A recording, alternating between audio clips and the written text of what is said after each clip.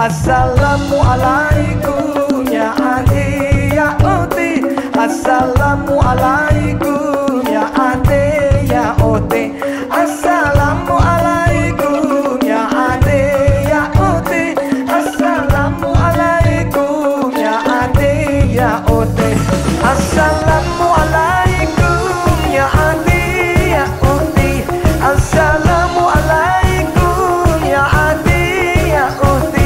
Assalamualaikum ya ade ya ote. Assalamualaikum ya ade ya ote.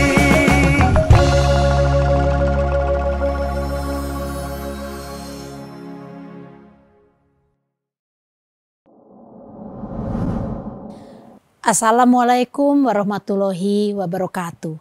Dengan penuh sukacita, Dewan Pimpinan Pusat PDI Perjuangan mengucapkan marhaban ya Ramadan. Selamat menjalankan ibadah puasa bagi umat Islam Indonesia.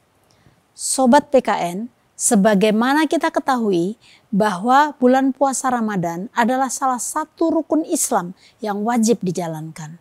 PDI Perjuangan percaya Sobat PKN yang saat ini beribadah puasa dapat menjalankan perintahnya dengan penuh khidmat dan kekusukan. Selama bulan puasa, Sobat PKN tidak hanya menahan lapar dan haus, tetapi juga menahan hawa nafsu. Di balik semua itu, banyak manfaat bidang kesehatan yang kita peroleh, terutama untuk jiwa dan badan diri kita. Jika jiwa dan badan kita telah terlatih dan terbentuk selama pengembangan ini, tentu kita akan menjadi manusia yang kuat dan tangguh. Manusia yang tidak mudah terombang-ambing, manusia yang kokoh berkat ridho Tuhan Yang Maha Esa. Jika jiwa dan badan yang telah terbangun akan memiliki sebuah karakter, dan tentu manusia yang berkarakter menjadi cerminan dari bangsa yang berkarakter. Semoga di bulan Ramadan 1443 Hijriah ini, seluruh jiwa dan badan rakyat terbangun untuk Indonesia. Marhaban ya Ramadan, selamat menunaikan ibadah puasa Ramadan 1443 Hijriah. Bangunlah jiwa dan badannya. Wassalamualaikum warahmatullahi wabarakatuh.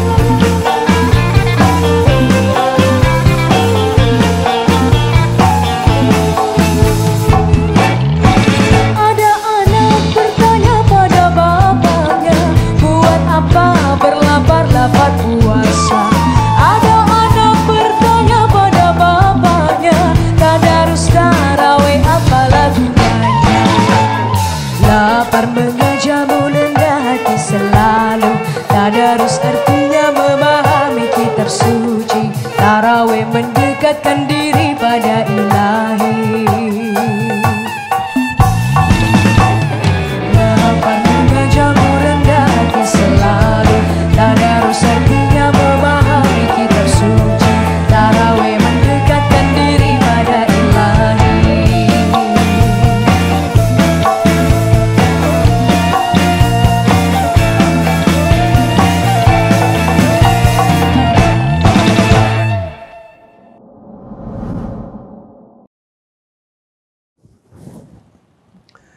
Assalamualaikum warahmatullahi wabarakatuh. Selamat pagi Sobat BKN dimanapun Anda berada. Kita berjumpa dalam acara Inspirasi Ramadan, program sahur bersama BKN PDI Perjuangan. Pada program sahur kali ini, sambil sobat sekalian menikmati santap sahur, kita akan berbincang dan menimba ilmu mengenai sejarah perkembangan Islam di Nusantara dan mengangkat pemikiran tokoh-tokoh yang berperan strategis dalam proses dakwah dan syiar Islam yang mengedepankan nilai rahmatan lil alamin, cinta kasih serta mengedepankan nilai kebangsaan. Nah, pada episode kali ini kita akan berbincang dan mengambil inspirasi dari seorang ulama dan pejuang yang berasal dari Jombang, Jawa Timur, yang tentu memiliki kontribusi dalam perjuangan kemerdekaan Indonesia, yaitu Kiai Haji Wahab Hasbullah. Dalam membahas tema ini, di tengah kita telah hadir seorang narasumber yang kami undang khusus untuk menggali sisi pemikiran beliau yang tentu akan menjadi inspirasi untuk kita semua. Beliau adalah Dr. Zainul Milal Bizawi atau yang akrab disapa Gus Milal, yang merupakan seorang peneliti sejarah ulama di Nusantara dan telah melahirkan banyak buku-buku terkait dengan jaringan keilmuan para ulama di Nusantara. Selamat pagi Gus, apa kabar? Selamat pagi Mas Anang. Pagi. Ketemu lagi kita. Siap. Bagaimana puasanya Gus? Alhamdulillah lancar-lancar saja. Lancar, ya. Mumpung masih ini nih, belum iya, siap. Kita minum dulu. Masih belum imsak deh. Belum imsak ya.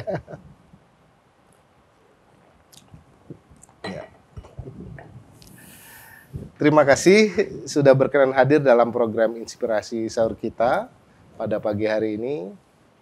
Semoga pada pagi hari ini kita dapat belajar banyak dari sosok Kiai Haji Wahab Hasbullah ini.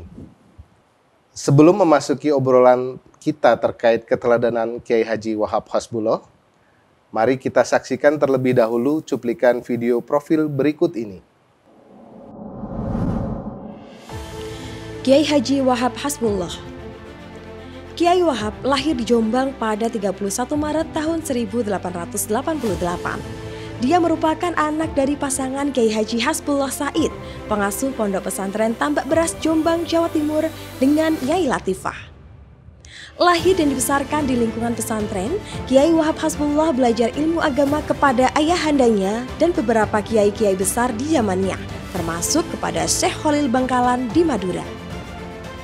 Perjalanan intelektualnya berlanjut saat beliau berangkat ke Makkah untuk berguru kepada para ulama terkemuka dari dunia Islam, termasuk para ulama Jawa yang ada di Makkah seperti Syekh Mahfud Termas dan Syekh Ahmad Khotib dari Tanah Minang dan lain-lain.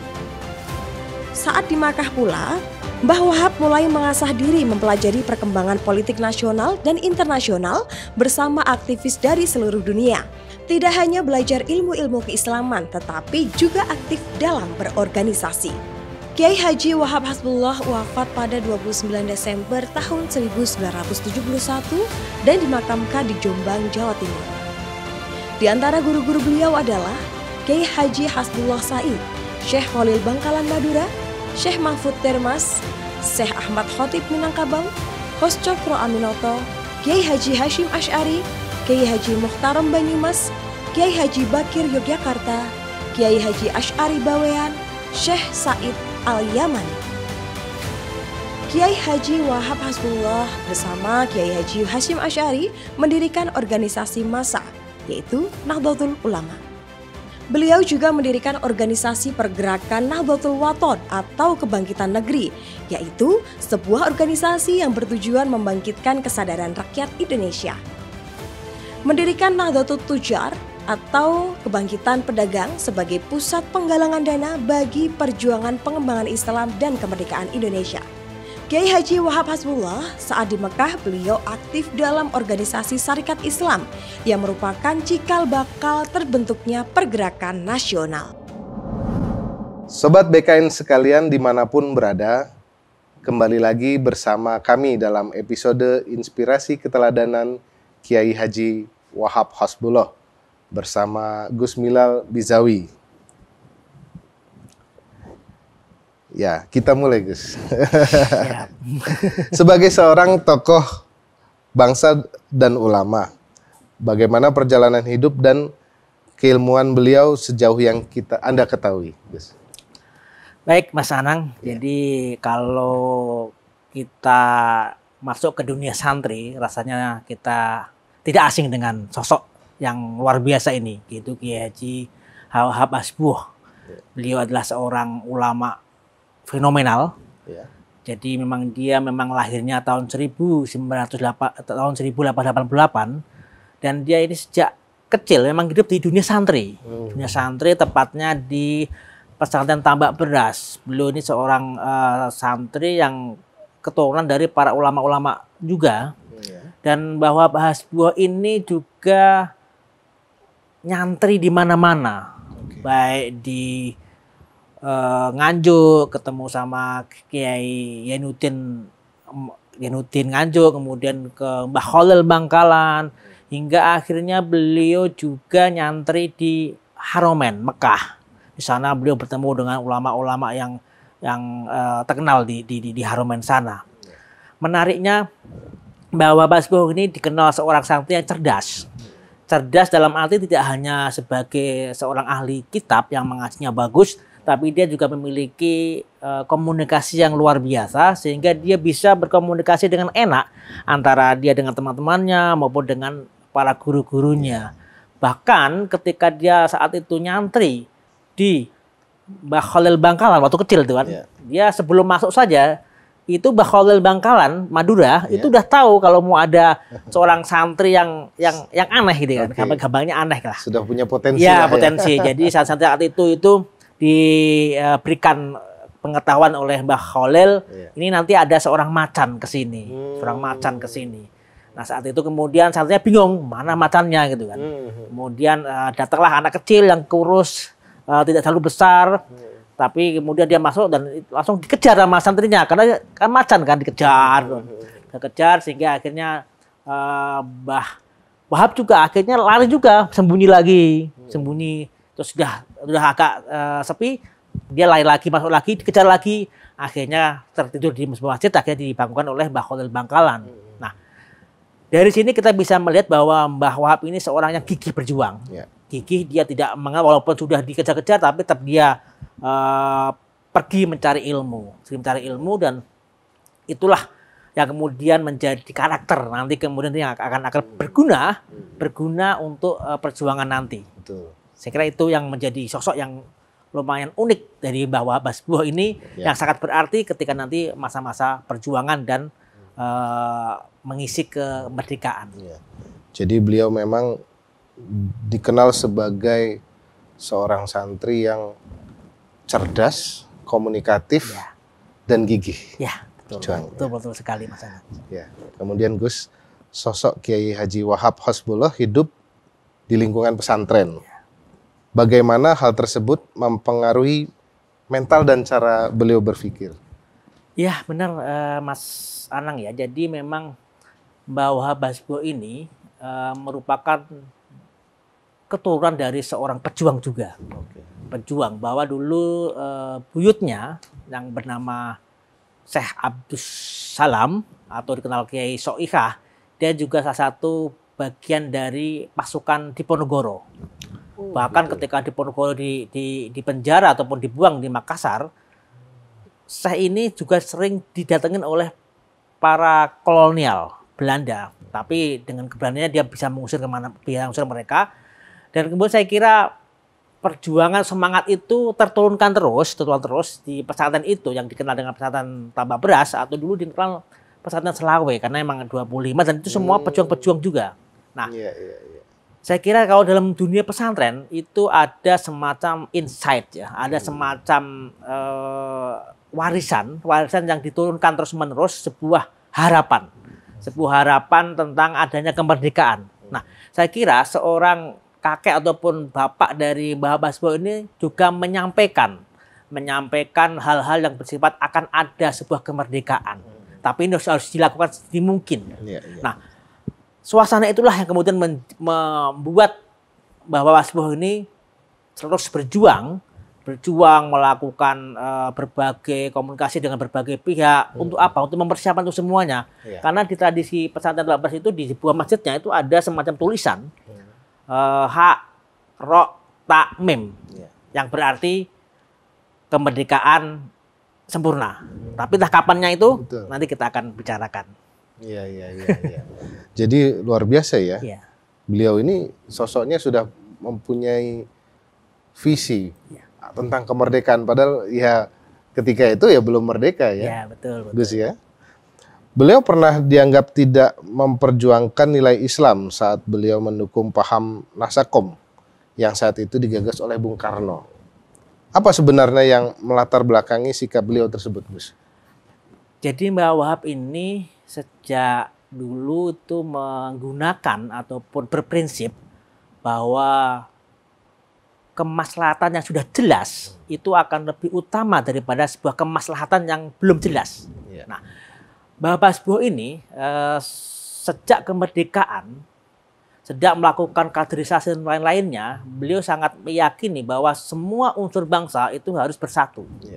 Harus bersatu. Nah, saat itu Bung Karno ingin mengajak kembali, karena kan bagaimanapun juga pihak kolonial Belanda walaupun sudah kalah saat itu, tetap aja dia mengganggu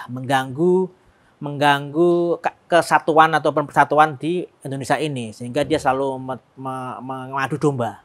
Nah, bahwa Basboh ini sangat tahu sekali semangat dari Bung Karno, karena memang beliau ini kan bersahabat dekat sekali ya. Bung Karno dan Mbah Wahab ini kalau kemana-mana pasti bersama-sama. Sedikit bertanya kepada Mbah Wahab Basboh ini. Jadi Mbah Wahab Basboh tahu sekali maksud dari Bung Karno memunculkan jalan revolusi kita. Artinya Mbah Karno ingin menyatukan kembali teman-teman nasionalis, agamis, dengan juga teman-teman yang lainnya dalam sebuah konsep Nasakom. Jadi bukan pahamnya yang disatukan, tapi kelompok-kelompok itu disatukan kembali membangun bangsa ini. Sehingga Mbah Wahab Basboh berprinsip bahwa ini bagus sekali. Ini sudah, karena kalau kita tidak bersama-sama Bung Karno, tidak mendampingi Bung Karno, itu nanti Bung Karno akan dipengaruhi oleh kelompok-kelompok lain yang membahayakan. Itu pertimbangannya. Jadi politik jalan tengah inilah, siasat inilah yang dimainkan oleh Mbah Wahab Basboh, meskipun dia dicaci maki oleh kelompok-kelompoknya sendiri, tapi dengan prinsip tadi itu, kemaslahatan yang lebih jelas itu lebih utama. Jangan sampai nanti Bung Karno itu dipengaruhi oleh kelompok-kelompok yang justru memecah belah bangsa ini. Sehingga Mbah Wahab Basboh akhirnya lebih baik kita masuk dalam pemerintahan Bung Karno ini daripada di luar. Karena kan dalam prinsipnya Mbah Wahab Basboh ini, kita sebagai Muslim itu tidak boleh melakukan makar. Jadi kita harus masuk ke dalam, memperbaiki dari dalam, dan menjaganya, yang penting menjaga Bung Karno. Saya kira Mbah Wahab ini selalu menjaga Bung Karno. Saya kira itu intinya dari kenapa Mbah Wahab Basboh mendukung dengan adanya itu.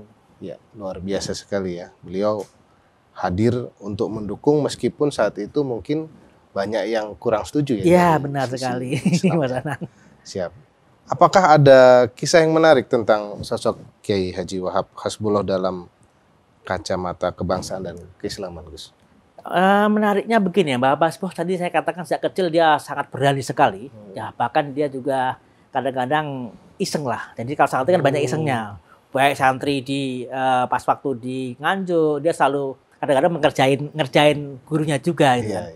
Ketika di Mekah juga sama, dia ngerjain guru-gurunya, bahkan kadang-kadang tulisannya itu diumpetin. Mbah Mahfud itu menulis, Mbah Wahab ini menyimpannya, sehingga akhirnya itulah justru Mbah Wahab Basboh sangat dekat dengan mereka ini. Nah, justru ketika dia kembali ke Indonesia ini, kemudian dia membangun kekuatan kebangsaan.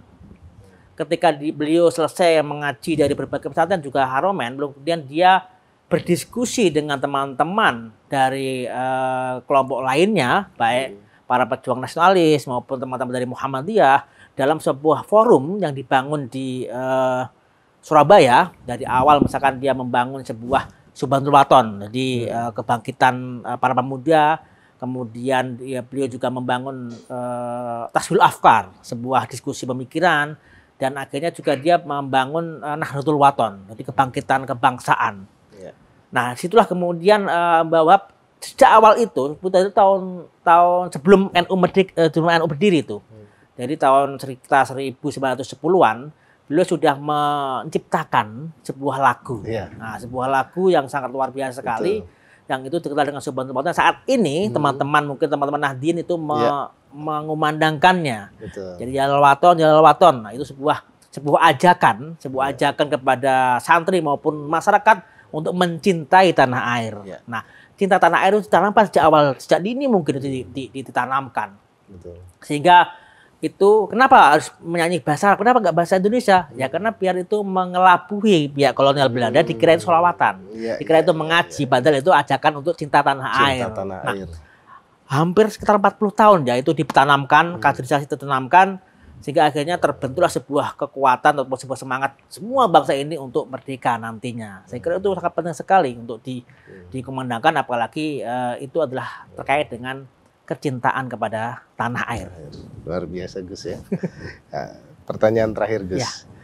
Inspirasi apa yang dapat kita ambil dari sosok Kiai Haji Wahab Hasbullah yang saat ini mungkin dapat menjadi acuan hidup generasi muda Indonesia? Jadi kalau kita melihat jejak beliau, saya kira inspirasi utama dari Wahab ini adalah kita harus pertama menanamkan cinta tanah air sedini mungkin. Kedua, kita harus tetap melakukan kaderisasi karena sebuah paham, sebuah semangat itu tidak bisa kita turunkan sedemikian rupa tanpa harus adanya pengkaderan. Dan yang ketiga, kita harus berani. Dalam bahasanya Mbah Wahab, cacot taliwondo. Jadi kita harus berani menegakkan, kita harus berkarya, harus bekerja. Urusan nanti belakangan, yang penting kita harus berani berjalan dulu kalau ini kebaikan. Saya kira itu yang paling utama Mas Anang. Siap. Terima kasih banyak sharing-sharingnya Gus pada pagi hari ini. Juga, Mas Anang. Baik Sobat BKN sekalian, begitu hangat perbincangan kita pada pagi hari ini. Sampai tak terasa bahwa kita telah sampai pada penghujung acara. Meski demikian pada pagi hari ini, sedikit banyak kita telah belajar tentang perjuangan seorang Kiai Haji Wahab Hasbullah yang telah mewariskan kepada kita sebuah nilai konsistensi dalam memperjuangkan kebenaran dengan strategi-strategi pergerakan yang begitu dinamis sesuai dengan konteks tantangan pada zaman itu. Semoga kita bisa meneladani perjuangan beliau dalam menghadapi tantangan-tantangan kebangsaan yang dihadapi. Kita akan berjumpa kembali esok hari pada jam yang sama di akun YouTube BKN PDI Perjuangan. Jangan lupa like dan subscribe. Wassalamualaikum warahmatullahi wabarakatuh. Waalaikumsalam warahmatullahi wabarakatuh. Terima kasih Mas Anang.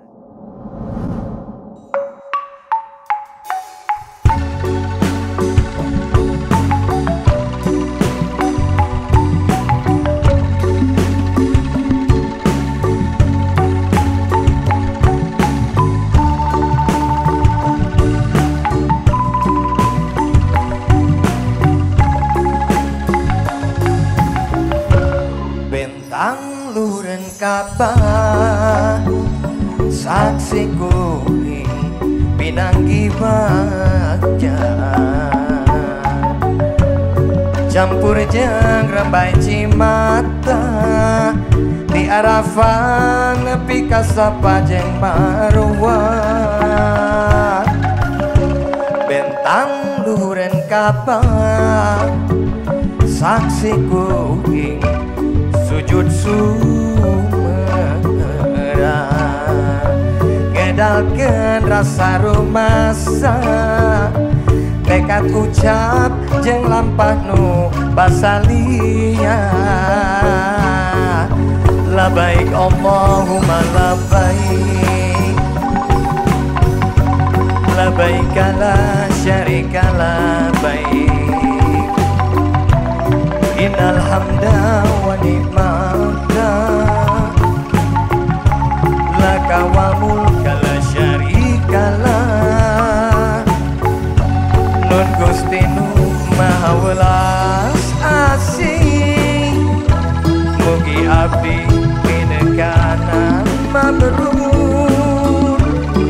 sifat ujub kriatur tak kabur, sempurna pupus lebur.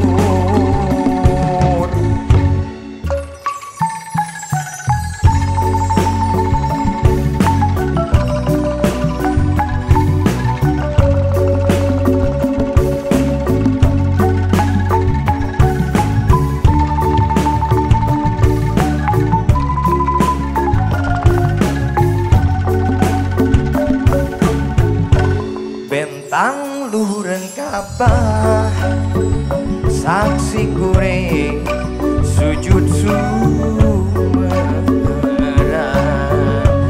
ngedakeun rasa rumasa tekad ucap jeung lampahnu basalia labaik Allahumma labaik labaik la syarika labaik innal hamda wa ni'mata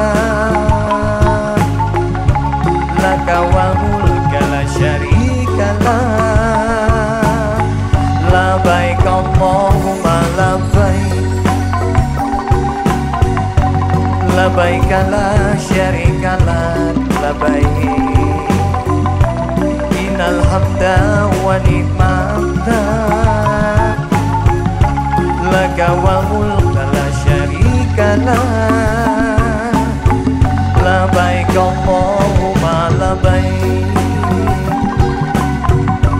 labaik la syarika la labaik innal hamda wa ni'mata laka wa mulka la syarika la labaik Allahumma labaik labaik la syarika la labaik innal hamda wa ni'mata laka wa mulka la syarika la